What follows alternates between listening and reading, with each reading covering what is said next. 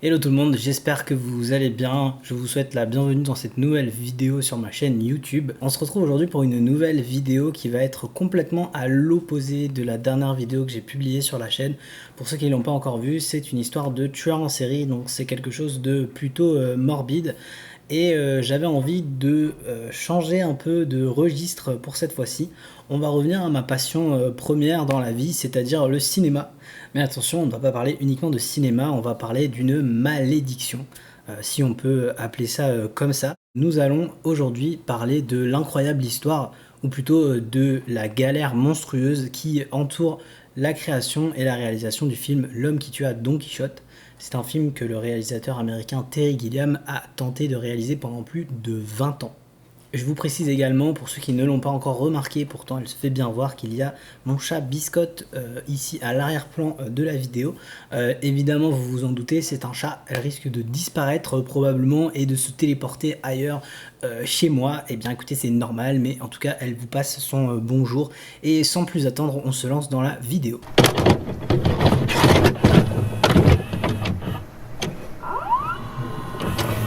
Alors on va déjà commencer tout simplement par introduire les différents protagonistes de cette vidéo. On va commencer par discuter de Terry Gilliam.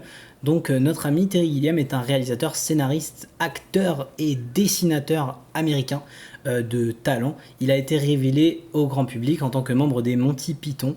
Il est également connu pour plusieurs réalisations qui ont connu un grand succès critique aux États-Unis, mais aussi dans le reste du monde. Il y a notamment des films tels que Brazil en 1985, encore The Fisher King en 1991, L'Armée des 12 singes en 1995, et mon absolute favorite, c'est Fear and Loathing in Las Vegas, Las Vegas Parano en français, qui sort en 98, l'année de ma naissance, avec en tête d'affiche Johnny Depp. Si vous n'avez pas vu ce film, foncez le voir, c'est une pépite. Voilà. Alors maintenant, on va passer un peu à la présentation du deuxième protagoniste de notre histoire, c'est-à-dire je vais vous parler un peu de Don Quichotte. Alors Don Quichotte est un personnage qui a été créé par un écrivain du nom de Cervantes, et ce personnage est en fait un vieil homme qui se passionne pour la littérature romanesque, les livres de légende, vraiment des hauts faits chevaleresques, des livres d'aventure. Et en fait, c'est un vieil homme qui, pour la dernière partie de sa vie, décide de se rendre acteur en fait de ses récits en fait. Il décide de se confectionner une armure. Alors elle est un peu faite de bric-à-brac, enfin elle est faite de trucs qu'il a trouvé par-ci par-là. Et en fait, avec toutes ces petites choses-là, il se constitue une armure. Il décide de partir à l'aventure sur son cheval. C'est un peu, si vous voulez, la version antérieure de Kick-Ass qui commande un costume moule en verre et des tonfas et qui décide de rendre le monde meilleur. Sauf que là, pour le coup, dans le cadre de Don Quichotte, c'est vraiment la quête d'aventure. C'est un vieil homme qui veut tout simplement vivre une dernière belle et grande aventure avant de partir, quoi. Là, en gros, pour globalement poser un peu le décor de notre ami Don Quichotte, donc vous l'avez bien compris, il n'y a rien qui tient debout, hein. Le cheval tient pas debout, l'armure tient pas debout. Je ne tiens pas debout. Mais voilà, écoutez, il est là, Don Quichotte, il part à l'aventure et il se dégote un écuyer qui est en fait un paysan du coin du nom de Sancho Panza qui possède un âne. Et en gros, bah voilà, hein, nos deux compères partent tous les deux à la recherche d'aventures. Et en fait, le livre est construit sur bah en fait, la vision de notre Don Quichotte qui voit un monde féerique et magnifié en fait pendant cette aventure. Une auberge devient un château, il voit des princesses à tous les coins de rue, et en fait la scène la plus connue de Don Quichotte, c'est en fait qu'il va à un moment donné du livre prendre des moulins à vent pour des géants sanguinaires, et en fait il leur fonce dessus, quoi, et en fait il se retrouve empalé sur les pales du moulin. Et en fait c'est l'une des scènes phares et les plus connues de Don Quichotte. C'est vraiment un passage clé du film. Et c'est ça, Don Quichotte, c'est tout ce qui passe devant ses yeux, tout ce qui traverse son regard, ça devient quelque chose de complètement fantastique et de rêver en fait. C'est vraiment on est dans le lexique du rêve en fait avec Cervantes. Ce qui est assez contradictoire. Enfin, en fait, le livre et surtout le personnage de Don Quichotte, c'est du tragicomique en fait. C'est-à-dire que là où Don Quichotte, lui, il voit des trucs féeriques et fantastiques et merveilleux, bah, en fait, les gens, toutes les autres personnes qui croisent son chemin dans le livre, en fait, ils se moquent de lui, en fait. Ils se moquent de ce vieil homme. Et même l'auteur du livre, Cervantes, il est assez dégradant et assez dur, en fait, envers son personnage. C'est-à-dire que même lui se moque de lui, quelque part. Et en fait, le plus tragique dans l'histoire de Don Quichotte, en fait, c'est tout simplement la fin du livre. C'est qu'en fait, au terme de sa vie, Don Quichotte recouvre la raison, enfin, entre guillemets, hein, bien sûr. Et en fait, il quitte le monde merveilleux qu'il avait tant rêvé d'intégrer à sa vie. Il pourra même pas mourir en étant une partie à part entière de ce monde merveilleux qu'il a tant rêvé, quoi. Il faut savoir que Terry Gilliam n'est pas le premier réalisateur à vouloir porter Don Quichotte à l'écran. Orson Welles a décidé en 1957 de réaliser ce défi lui aussi, et en fait ce projet deviendra son unique obsession pendant près de 20 ans. Pour pouvoir tourner et financer son film, il tournait d'autres films, et avec l'argent récolté, en fait, il tournait des passages de films, il tournait des morceaux entiers de films. Ce qui fait que quand il décède en 1985, le film restera à jamais inachevé. Et c'est Terry Gilliam qui, en quelque sorte, va prendre la relève quelques années plus tard de ce projet fou. Terry Gilliam, lui, dit à propos de Don Quichotte dans le film Lost in La Mancha: si Don Quichotte m'obsède depuis tant d'années, c'est parce que tout mon travail parle de réalité, de fantasme, de folie, de raison, et Don Quichotte englobe tout ça. C'est aussi sa vision, celle de Don Quichotte, presque au terme de sa vie, de se dire: j'ai vécu toute cette vie et je veux vivre une dernière aventure. Terry Gilliam dira même de Don Quichotte: c'est pour lui une dernière occasion de rendre le monde aussi intéressant que ses rêves. Et je trouve cette phrase, c'est magnifique. C'est super beau, c'est magnifique. Et puis c'est touchant surtout parce que on sent la proximité émotionnelle que Terry Gilliam ressent vis-à-vis de Don Quichotte. Et je sais pas, je trouve ça juste touchant. On a aussi le scénariste qui a coécrit le film avec Terry Gilliam, qui s'appelle Tony Grisoni, qui voit chez Don Quichotte, en fait, ce qui le rend intéressant comme un personnage de cinéma, c'est justement ces hallucinations qu'il a. Donc voilà, en fait, ce qu'il en dit, c'est que cette vision un peu déformée et un peu enfantine et presque très naïve des choses, justement dans son esprit, où un moulin peut devenir un géant, ou genre par exemple un enfant qui se prend pour un chevalier dans la forêt avec une épée en bois, quoi. Enfin, je parle pas en connaissance de cause, bien sûr, mais c'est juste pour vous placer un petit peu le contexte, quoi. Bref. Voilà.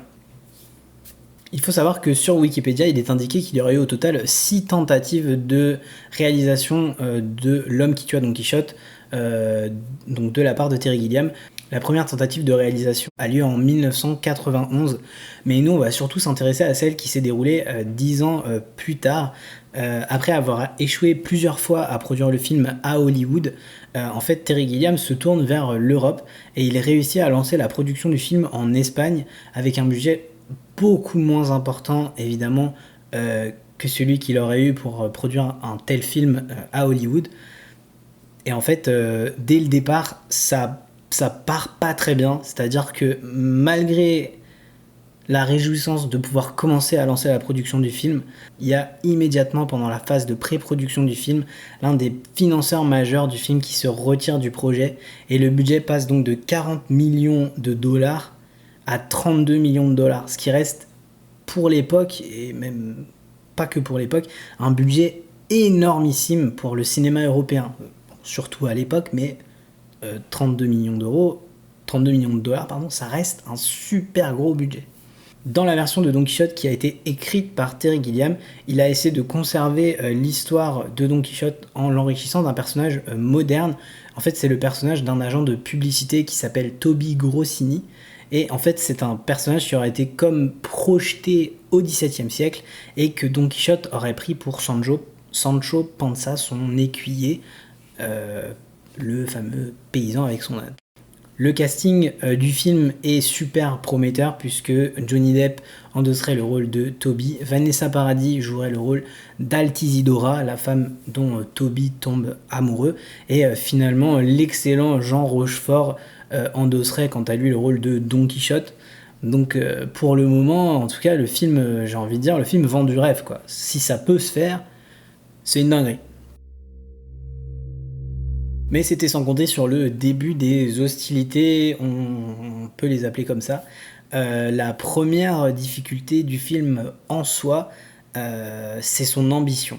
Le directeur de la photographie, qui s'appelle Nicola Pecorini, dira Terry essaye de faire un film hollywoodien sans Hollywood. Tout, c'est-à-dire que vraiment tout ce que Terry Gilliam veut faire pour le film, en allant jusqu'aux angles, position de caméra, tout promet d'être juste un gigantesque casse-tête. Il veut mettre en scène absolument l'imagination débordante de Don Quichotte. Il veut donner vie aux géants de ses récits.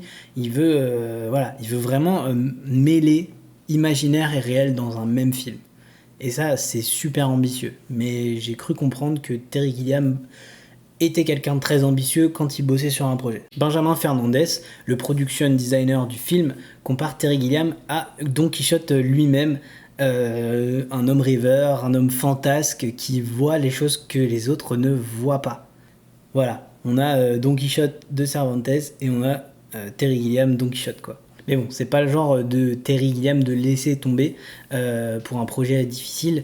Il a réalisé chacun de ses films avec des budgets extrêmement serrés à Hollywood, qui à l'époque laissaient peu, voire pas du tout de place à des films plus excentriques ou en tout cas moins normés, avec un potentiel de succès moins important.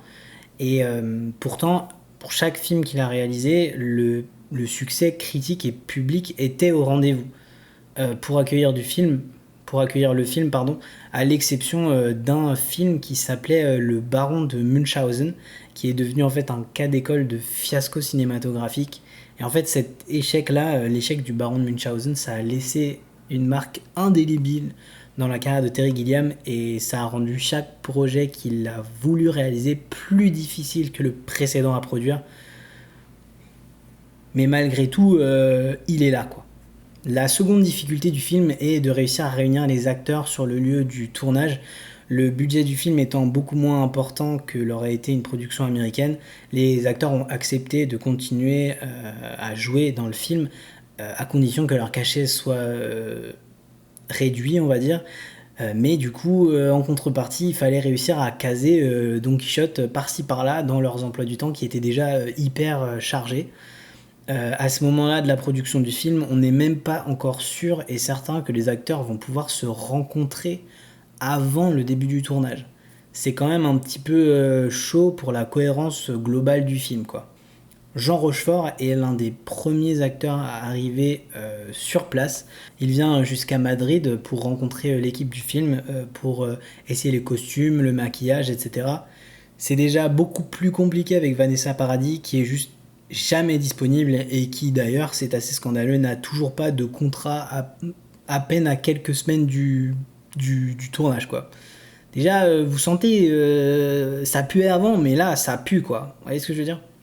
Et donc, à une semaine du tournage, Jean Rochefort devait prendre un vol pour Madrid, mais il a ressenti des fortes douleurs au dos au moment d'embarquer dans l'avion. Il a dû annuler son vol pour pouvoir voir un médecin.